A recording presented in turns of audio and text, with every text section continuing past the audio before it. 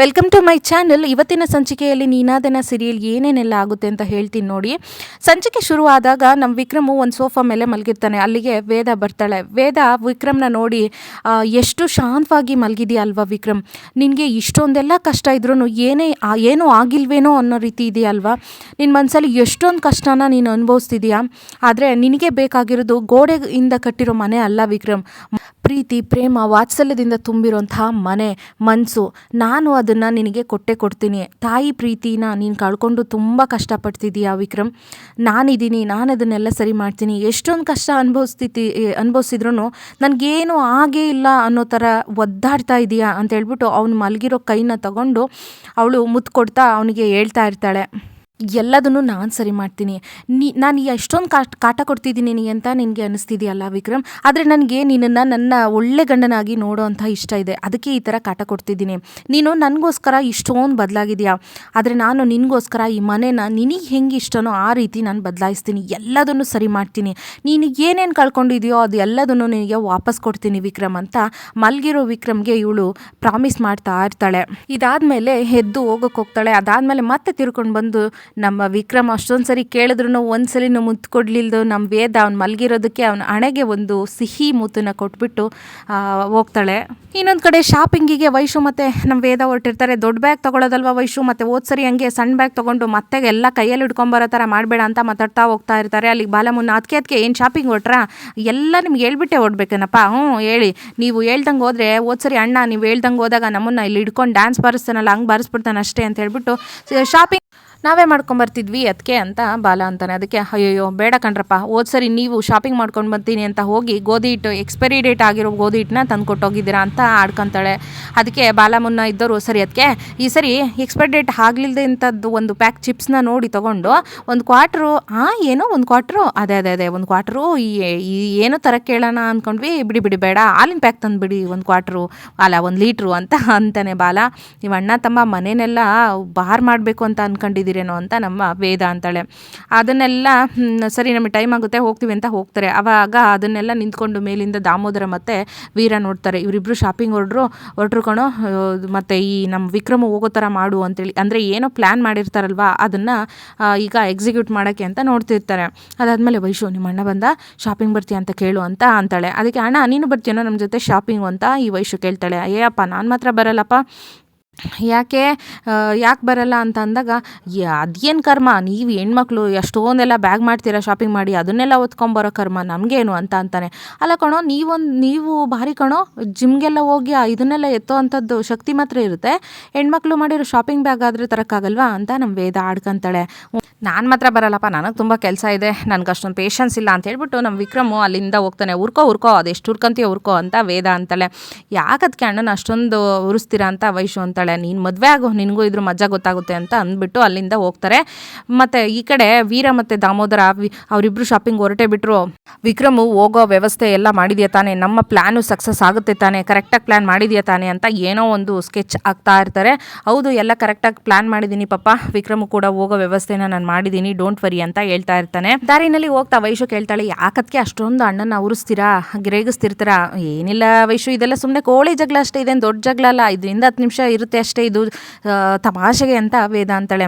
ನಮ್ಮ ಅಣ್ಣ ರೌಡಿಸಮ್ ಎಲ್ಲ ಬಿಟ್ಟು ಚೇಂಜ್ ಆಗಿದ್ದಾನೆ, ಅದಕ್ಕೆ ರೇಗಿಸಿದ್ರು ಸುಮ್ಮನೆ ಇರ್ತಾನೆ, ಮೊದಲು ಥರ ಆಗಿದ್ರೆ ಅವ್ನು ಏನಿಲ್ಲ, ಅವ್ನು ಸುಮ್ಮನೆ ಇರ್ತಿರ್ಲಿಲ್ಲ, ಸ್ವಲ್ಪ ದಿನ ನೋಡ್ತಿರೋ ನಿಮ್ಮ ಅಣ್ಣನ ಬದಲಾಯಿಸ್ತಿರೋ ಥರ ನಿಮ್ಮ ಅಪ್ಪನ ಬದಲಾಯಿಸ್ತೀನಿ ಅಂತ ಅಂತಾಳೆ. ಏನೂ ಅಪ್ಪನ್ನ ಸಾಧ್ಯನೇ ಇಲ್ಲ ಅದಕ್ಕೆ ಅಂತ ವೈಶು ಅಂತಾಳೆ.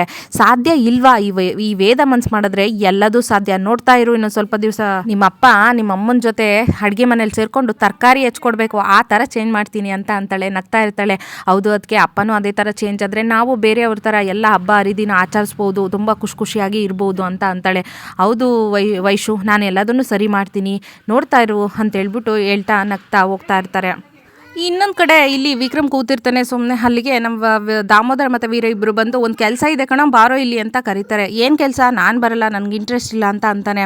ಹೊಡಿಯೋದು ಬಡಿಯೋದು ನೀವು ಕರಿತಿದ್ದೀರಾ ಅಂದರೆ ಈ ಥರದ್ದು ಏನೋ ಇರುತ್ತೆ, ನಾನು ಮಾತ್ರ ಮತ್ತೆ ನನ್ನ ಕೈನ ರಕ್ತ ಮಾಡ್ಕೊಳ್ಳೋಕೆ ಇಷ್ಟ ಇಲ್ಲ ಅಂತ ನಮ್ಮ ವಿಕ್ರಮ್ ಅಂತಾನೆ. ಆ ಥರದ್ದಲ್ಲ ಕಣೋ, ಇದು ಒಂದು ರಿಯಲ್ ಎಸ್ಟೇಟ್ ಕೆಲಸ, ಬಾರೋ ಅಂತ ದಾಮೋದರ ಕರೀತಾನೆ. ವೀರ ಇದ್ದೋನು ನೀನು ಹಿಂಗೆ ಕೂತಿದ್ರೆ ಇಲ್ಲಿ ಒಂದು ಉತ್ತನೇ ಬೆಳೆದು ಬಿಡುತ್ತೆ ಅಷ್ಟೇ ಅಂತ ದಾಮೋದರ ಅಂದಿದ್ದಕ್ಕೆ ವೀರ, ಬೆಳೀಲಿ ಬಿಡ್ರಿ ಪಾಪ, ಅಕ್ಕಪಕ್ಕದ ಮನೆಯವ್ರು ಬಂದು ಹಾಲು ಎರೆದು ಹೋಗ್ತಾರೆ ಅಂತ ಕಾಮಿಡಿ ಮಾಡ್ತಾನೆ. ಯಾಕೋ ಉರಿಸ್ತಿದ್ಯಾ, ನಾನು ನನ್ನ ಹೆಂಡತಿ ಜೊತೆ ಚೆನ್ನಾಗಿದ್ರೆ ನಿನಗೇನೋ ಕಷ್ಟ, ನಿನಗೂ ಇಷ್ಟ ಇದ್ದರೆ ನೀನು ಒಂದು ಮದುವೆ ಆಗೋ ಅಂತ ಅಂತಾನೆ. ಅದೇ ತಕ್ಷಣ ದಾಮೋದರ ಇದ್ದನು ಮದುವೆಗಿದ್ವೆ ಅಂತ ಹೋದರೆ ಏನಿಲ್ಲ ನಿನ್ನ ಸಿಗೋದು ತೋರಣ ಕಟ್ಬಿಡ್ತೀನಿ ಅಂತ ವೀರನ ಎದುರಿಸ್ತಾನೆ. ಇವ್ರದೊಳ್ಳೆ ಕಾಟ ಆಯಿತು ಅಂತ ಮನಸ್ಸಲ್ಲೇ ಅಂದ್ಕೊಂತಾನೆ ವೀರ. ಎಲ್ಲಿ ಡೀಲ್ ಇರೋದು ಅಂತ ವಿಕ್ರಮ್ ಕೇಳಿದಾಗ ಇಲ್ಲೇ ಶಾಪಿಂಗ್ ಕಾಂಪ್ಲೆಕ್ಸ್ ಹತ್ರ ಅಂತ ಅಂತಾನೆ. ನಾನು ಬರಲ್ಲ ಅಂತಂದು ಕೊನೆಗೆ ನಮ್ಮ ವೇದ ಅಲ್ಲಿಗೆ ಅಲ್ವಾ ಹೋಗಿರೋದು ಅಂತ ಸರಿ ಆಯಿತು ಬರ್ತೀನಿ ಅಂತ ಒಪ್ಕೋತಾನೆ. ಆದರೆ ಒಂದು ಕಂಡೀಷನ್ ಅಂತ ಅಂತಾನೆ. ಏನು ಕಂಡೀಷನು ಅಂದಾಗ ನಿಮ್ಮ ಜೊತೆ ನಾನು ಬರಲ್ಲ, ನಾನೇ ಸಪ್ರೇಟಾಗಿ ನನ್ನ ಗಾಡೀಲಿ ಬರ್ತೀನಿ. ನಿಮ್ಮ ಜೊತೆ ಬಂದರೆ ಒಳ್ಳೆ ಬೋರಿಂಗ್ ಟಾಪಿಕ್ ಇದ್ದಂಗೆ ಇರುತ್ತೆ, ನನಗೆ ಎಂಜಾಯ್ ಮಾಡ್ತಾ ಬರೋದು ಅಂದರೆ ಇಷ್ಟ, ನಾನು ಸಪ್ರೇಟಾಗಿ ಬರ್ತೀನಿ ಅಂತ ಹೇಳ್ತಾನೆ. ದಾಮೋದರ ಮತ್ತು ವೀರ ಬಂದು ಕಾರ್ ಇಳ್ದು ಪಾಪ ನೀವು ಹೋಗ್ತಾ ಇರಿ ಬರ್ತೀನಿ ಅಂತ ಹೇಳ್ಬಿಟ್ಟು ವೀರ ಅಲ್ಲೇ ನಿಂತ್ಕೋತಾನೆ. ದಾಮೋದರ ಸ್ವಲ್ಪ ಮುಂದಕ್ಕೆ ಹೋದಾಗ ಯಾರೋ ಒಂದು 4-5 ಜನ ರೌಡಿಗಳು ಬರ್ತಾರೆ. ಯಾರೋ ನೀವು ಅಂತೇಳಿ ಅಂದಾಗ ನಿಮ್ಮ ಅಪ್ಪ ಅಂತಂದಾಗ ಏನರೋ ಅಂತೇಳಿ ದಾಮೋದರ ಕೇಳ್ತಾನೆ. ನಿನ್ನ ಹತ್ರ ಸ್ವಲ್ಪ ಕೆಲಸ ಆಗಬೇಕಿತ್ತು ಅಂತ ಹೇಳ್ಬಿಟ್ಟು ಒಂದಿಬ್ಬರು ದಾಮೋದರನ್ನ ಹಿಡ್ಕೊತಾರೆ, ಇನ್ನೊಂದಿಬ್ಬರು ಚೆನ್ನಾಗಿ ಚಜ್ಜಕ್ಕೆ ಸ್ಟಾರ್ಟ್ ಮಾಡ್ತಾರೆ. ನಮ್ಮ ವಿಕ್ರಮು ಬಂದುಬಿಡ್ತಾನೆ. ಬಂದು ನಮ್ಮ ಅಪ್ಪಂಗೆ ಹೊಡಿತೀರೇನೋ ಅಂತ ಫೈಟಿಂಗ್ ಸ್ಟಾರ್ಟ್ ಮಾಡೇ ಬಿಡ್ತಾನೆ. ಇದೆಲ್ಲ ಪ್ರೀ ಪ್ಲ್ಯಾನ್ ಅಂತ ಪಾಪ ನಮ್ಮ ವಿಕ್ರಮ್ಗೆ ಗೊತ್ತಿರಲ್ಲ. ಅವರಿಬ್ಬರು ಅಲ್ಲಿಂದ ಹೋಗ್ಬಿಡ್ತಾರೆ. ವಿಕ್ರಮ್ ಮತ್ತು ವೀರ ಇಬ್ಬರೂ ಇವನನ್ನು ಚೆನ್ನಾಗಿ ಹಾಕ್ಕೊಟ್ಟು ಇವನು ಸರಿಯಾಗಿ ಆ ರೌಡಿಗಳಿಗೆ ಹೊಡಿತಿರೋ ಟೈಮಲ್ಲಿ ಶಾಪಿಂಗ್ ಹೋಗಿದ್ದಂಥ ನಮ್ಮ ವೇದ ನೋಡಿಬಿಡ್ತಾಳೆ. ಅವಳಿಗೆ ತುಂಬ ಬೇಜಾರಾಗುತ್ತೆ. ಅದರಲ್ಲೂ ಅವಳು ಕಟ್ಟಿರೋಂಥ ಕಟ್ಟಿರ್ತಾಳಲ್ವ ಒಂದು ರುದ್ರಾಕ್ಷಿ, ಅದು ಕೂಡ ಕೆಳಗೆ ಬಿದ್ದೋಗಿರುತ್ತೆ. ಆ ಥರ ವಿಕ್ರಮು ಆ ರೌಡಿಗಳಿಗೆ ಹೊಡಿತಿರ್ತಾನೆ. ಇವನು ಲೈಫಲ್ಲೇ ಚೇಂಜ್ ಆಗಲ್ಲ ಅಂತ ತುಂಬ ಅಂದರೆ ತುಂಬ ಬೇಜಾರು ಮಾಡ್ಕೊಂಡ್ಬಿಡ್ತಾಳೆ ನಮ್ಮ ವೇದ. ಇನ್ನೊಂದು ಕಡೆ ಶಕುಂತಲಕ್ಕೆ ಯಾಕೋ ಕುತ್ತಿಗೆ ನೋವು ಅಂತ ಸೋಫಾ ಮೇಲೆ ಕೂತಾ ಇರ್ತಾಳೆ. ಅಲ್ಲಿಗೆ ಈ ಗುಲಾಬಿ ಬರ್ತಾಳೆ. ಅಮ್ಮ ಯಾಕೆ ಏನಾಯಿತು ಅಂತ ಕೇಳ್ತಾಳೆ. ಯಾಕೋ ಕುತ್ತಿಗೆ ನೋವು ಕಣಮ್ಮ ತುಂಬ ಅಂತ ಅಂತಾಳೆ. ಅಮ್ಮ ನಾನು ಒತ್ಕೊಡ್ಲಾ ಅಂತ ಕೇಳ್ತಾಳೆ. ಬೇಡ ಕಣಮ್ಮ ಅಂತ ಶಕುಂತಲ ಅಂತಾಳೆ. ಯಾಕೆ ಅಮ್ಮ ಅಂತ ಗುಲಾಬಿ ಅಂದಾಗ ಶಕುಂತಲ ನಿನಗೆ ಇಷ್ಟೊಂದು ಕೆಲಸ ಇರುತ್ತೆ, ಅದರಲ್ಲಿ ಈ ಕೆಲಸ ಬೇರೆನಾ ಅಂತ ಶಕುಂತಲ ಅಂತಾಳೆ. ತಾಯಿ ಕೆಲಸ ಮಾಡೋದು ಒಂದು ದೊಡ್ಡ ಕೆಲಸನಾ ಅಂತ ಗುಲಾಬಿ ಅಂತಾಳೆ. ನಾನು ತಾಯಿನಾ ಅಂತ ಶಕುಂತಲ ಅಂತಾಳೆ. ನೀವು ಈ ಮನೆಗೆ ತಾಯಿ ಅಂದರೆ ನನಗೂ ತಾಯಿ ಅಲ್ವೇನಮ್ಮ ಅಂತೇಳಿ ಒಂದು ನಿಮಿಷ ಇರಮ್ಮ ಅಂತ ಹೇಳ್ಬಿಟ್ಟು ವಿಕ್ಸ್ ತೊಗೊಂಬಂದು ಚೆನ್ನಾಗಿ ಮಸಾಜ್ ಮಾಡ್ತಾಳೆ ಕುತ್ತಿಗೆಗೆ. ಹೀಗೆ ಹೇಗಿದೆಯಮ್ಮ ನೋವು ಅಂತ ಕೇಳ್ತಾಳೆ. ತುಂಬ ಕಡಿಮೆ ಆಯಿತು ಕಣಮ್ಮ, ಚೆನ್ನಾಗಿ ಮಸಾಜ್ ಮಾಡ್ತೀಯಾ ಅಂತ ಅಂತಾಳೆ. ಒಬ್ಬೊಬ್ಬರ ಹಾಗೆ ಗಾಳನ ಆಗ್ತಾ ಇದ್ದಾಳೆ ನಮ್ಮ ಗುಲಾಬಿ ಮನೆಯವ್ರಿಗೆ.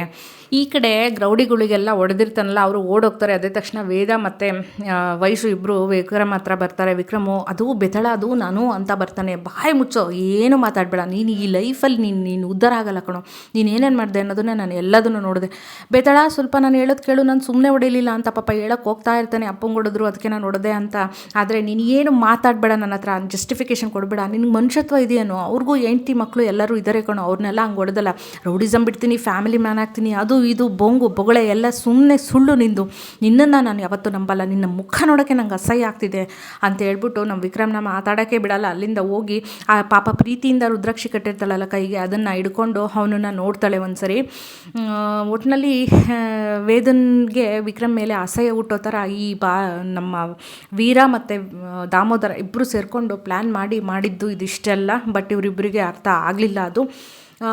ಇದಿಷ್ಟು ಇವತ್ತಿನ ಸಂಚಿಕೆ. ಇನ್ನೊಂದು ಸಂಚಿಕೆ ಜೊತೆ ನಿಮ್ಮ ಜೊತೆ ಸಿಗ್ತೀನಿ. Thank you so much. Bye ಎಲ್ರಿಗೂ.